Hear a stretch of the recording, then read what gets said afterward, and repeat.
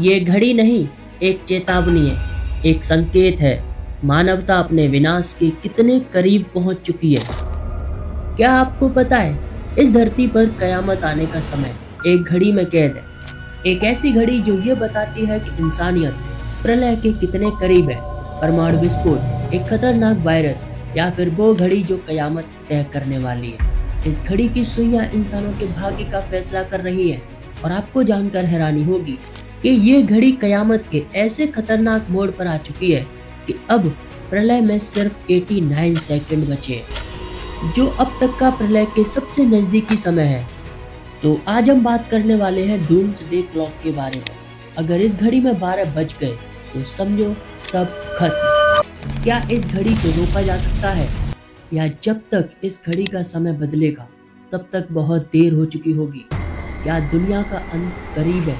तो चलिए शुरू करते हैं बिना समय गवाए। Episode 89 second.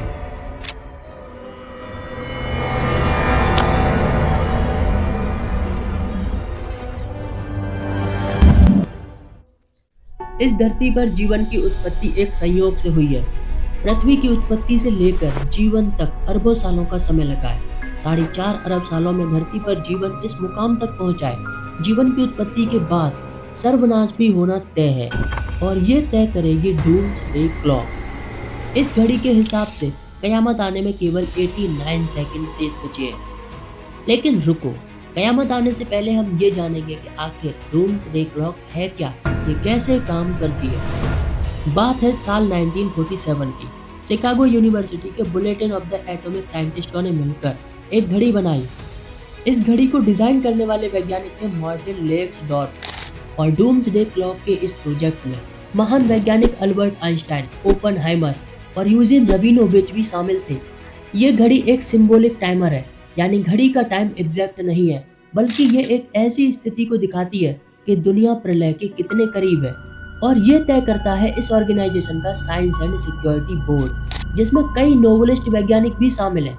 आप देख सकते हैं इस घड़ी में सिर्फ 4 पॉइंट है, 9 से 12। और जब इस घड़ी की सुइयां 12 पर पहुंचेंगी तो समझ लो समय आ गया कयामत का। और आज ये घड़ी कयामत से सिर्फ 89 सेकंड पीछे है, यानी 12 बजने में अभी 89 सेकंड बचे हैं। आप खुद ही सोच सकते हो हम कयामत के कितने करीब हैं। साल 1947 से इस घड़ी में कई बार समय का बदलाव किया गया, जो मैं आपको आगे बताने वाला हूँ। उससे पहले आपको ये बताना होगा कि इस घड़ी में कौन कौन सी सिचुएशन के चलते बदलाव किया जाता है। जैसा कि मैंने बताया, फिलहाल ये घड़ी 89 सेकंड पर रुकी है, यानी ये दुनिया तबाही के बिल्कुल करीब है। इसके कई रीजन हैं, जैसे क्लाइमेट चेंज, न्यूक्लियर अटैक और दुनिया भर में चल रहे बड़े बड़े युद्ध। इन सबको मद्देनजर रखते हुए इनसे होने वाली तबाही का एक रेशियो निकाला जाता है, जिसके चलते इस घड़ी का टाइम कुछ नोबलिस्ट वैज्ञानिकों द्वारा घटाया और बढ़ाया जाता है। क्लाइमेट चेंज के चलते दुनिया के अलग अलग हिस्सों में तबाही मच रही है। यूनाइटेड नेशन की एक organization IPCC, Intergovernmental Panel on Climate Change, पिछले 50 सालों से क्लाइमेट चेंज पर नजर रख रही है। और इस टाइम पीरियड में जो कार्बन इमिशन हुआ है, उससे धरती का टेम्परेचर लगभग 1.1 डिग्री सेल्सियस बढ़ गया है, जिसकी वजह से ग्लेशियर्स पिघल रहे हैं। अगर ऐसा ही चलता रहा तो साल 2100 तक धरती का तापमान 3 डिग्री सेल्सियस बढ़ जाएगा, और इसके चलते सभी ग्लेशियर्स पिघल जाएंगे, सभी टापू पानी में डूब जाएंगे। पेड़ पौधे, जीव जंतुओं की कई प्रजातियां समय के चलते खत्म हो जाएंगी।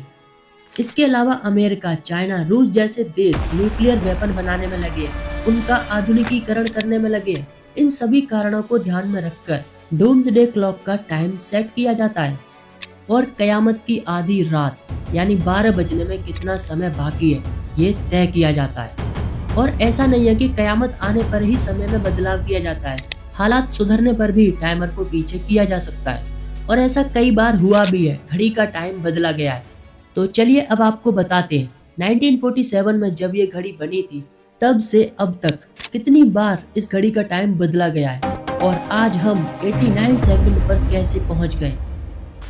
1947 में जब ये घड़ी बनी थी तब इसको आधी रात से 7 मिनट पहले सेट किया गया था, यानी 11:53। और 1949 में जब सोवियत संघ ने अपना पहला न्यूक्लियर टेस्ट किया तब इस घड़ी का टाइम 4 मिनट बढ़ा दिया गया, यानी मिडनाइट से 3 मिनट पहले 11:57। उसके बाद सभी देश न्यूक्लियर हथियारों की होड़ में लग गए। साल 1952 में अमेरिका ने भी हाइड्रोजन बॉम्ब का टेस्ट किया।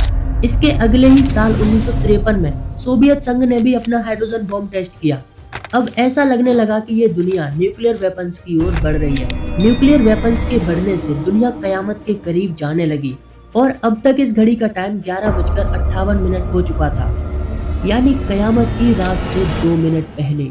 इसके बाद 1963 में एक ट्रीटी साइन की गई, पार्शियल टेस्ट बैन ट्रीटी, जिस पर अमेरिका, ब्रिटेन और सोवियत संघ ने साइन किए। इस ट्रीटी के तहत कोई भी देश न्यूक्लियर टेस्ट हवा, स्पेस या पानी में नहीं करेगा, क्योंकि न्यूक्लियर टेस्ट से भारी मात्रा में रेडिएशन निकलता है, जिससे जानलेवा बीमारियां भी हो सकती है।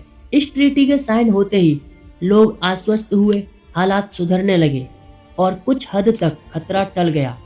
ये देखकर इस घड़ी का टाइम 2 मिनट से बढ़ाकर 12 मिनट कर दिया, यानी 11:48। साल 1974 तक ये टाइम 10 से 12 मिनट के बीच रहा। फिर उसी साल बुद्ध पूर्णिमा के दिन भारत ने अपना nuclear test Operation Smiling Buddha को अंजाम दिया। इस टेस्ट के बाद घड़ी का टाइम 3 मिनट बढ़ा दिया गया और अब समय था 11:51, यानी समय को कयामत की ओर ले जाने में भारत की भी भागीदारी रही। साल 1991 ये अब तक का सबसे सुरक्षित साल रहा। इस साल सोवियत संघ के टूटने के बाद कोल्ड वॉर खत्म हुई। वैज्ञानिकों ने इस घड़ी का टाइम 17 मिनट सेट कर दिया, यानी 11:43। लेकिन ये शांति ज्यादा दिनों तक नहीं रही। 1995 में अमेरिका और नॉर्वे के साइंटिफिक मिशन के चलते एक रॉकेट छोड़ा गया। ये मिशन साइंटिफिक होने वाला था, लेकिन रूस ने इसे न्यूक्लियर मिसाइल समझ लिया और रूस के राष्ट्रपति बोरिस येल्त्सिन ने अमेरिका पर न्यूक्लियर अटैक करने की सोची। कोल्ड वॉर के बाद ये पहली घटना थी जब दुनिया पर फिर से न्यूक्लियर तबाही का खतरा मंडराने लगा, और ये वो दौर था जब दुनिया में 40,000 से भी ज्यादा न्यूक्लियर हथियार मौजूद थे और एक डर भी बना हुआ था कम सुरक्षा वाली न्यूक्लियर फैसिलिटी पर आतंकी हमला होने का। तो इन घटनाओं के चलते घड़ी का टाइम 14 मिनट कर दिया। 1998 भारत ने फिर से एक न्यूक्लियर टेस्ट किया और 3 हफ्तों बाद ही पाकिस्तान ने भी अपना न्यूक्लियर टेस्ट कर दिया। और इधर रूस और अमेरिका पहले से ही एक दूसरे को आंख दिखा रहे थे। आंख दिखाता है। दोनों देशों ने एक दूसरे के ऊपर 7,000 से भी ज्यादा न्यूक्लियर मिसाइल तान रखी थी। हालात इतने बिगड़ गए कि घड़ी का टाइम 14 मिनट से 9 मिनट करना पड़ा। इसके बाद 2002 में 9/11 का हमला हुआ, जिसने पूरी दुनिया को हिलाकर रख दिया। खासकर अफगानिस्तान में वॉर ऑन टेरर शुरू हुआ। इस समय सबसे बड़ी चिंता थी कि न्यूक्लियर वेपन किसी ऐसी संस्था के हाथ न लग जाएं जो किसी सरकार का हिस्सा नहीं है। जियोपॉलिटिकल भाषा में इन्हें नॉन स्टेट एक्टर कहा जाता है। ये ऐसे व्यक्ति या संस्थान होते हैं जिनका राजनीतिक प्रभाव तो होता है, लेकिन किसी देश या राज्य का हिस्सा नहीं होते। वॉर ऑन टेरर के दौरान ही अमेरिका ने सोवियत संघ के साथ 1972 में हुई एंटी बैलिस्टिक मिसाइल ट्रीटी को तोड़ दिया, लिहाजा समय 7 मिनट करना पड़ा। अब तबाही 7 मिनट दूर थी। इसी तरह 2007 में नॉर्थ कोरिया ने न्यूक्लियर टेस्ट किया। इसी चिंता में ईरान भी न्यूक्लियर हथियार बनाने में लग गया और हमेशा की तरह अमेरिका और रूस आमने सामने। और घड़ी का टाइम कयामत से 5 मिनट पीछे, 11:55। 2010 में डूम्सडे क्लॉक के हिसाब से थोड़ी राहत मिल गई। डेनमार्क के कोपनहेगन में United Nations climate change conference में सभी देश कार्बन एमिशन कम करने पर सहमत हुए। साथ ही अमेरिका और रूस के बीच न्यूक्लियर हथियार को कम करने को लेकर बात हुई। तब इस घड़ी का टाइम कयामत से 1 मिनट और पीछे कर दिया, यानी 11:54। 2012 फिर से न्यूक्लियर हथियारों की धमकी, किम जोंग उन की बयानबाजी और एशिया न्यूक्लियर खतरे में, और घड़ी का टाइमर 1 मिनट और बढ़ गया। 2015 में क्लाइमेट चेंज हो रहा था और इधर रूस और अमेरिका फिर से अपनी कहानी लिखने में लगे थे, न्यूक्लियर हथियारों को आधुनिक बनाने में लगे थे। इन सभी वजहों से घड़ी कयामत से केवल 3 मिनट दूर थी। अब आता है 2017। बढ़ते हुए खतरों को देखते हुए पहले से ही आधी मिनट कम कर दी और कयामत 2.5 मिनट दूर।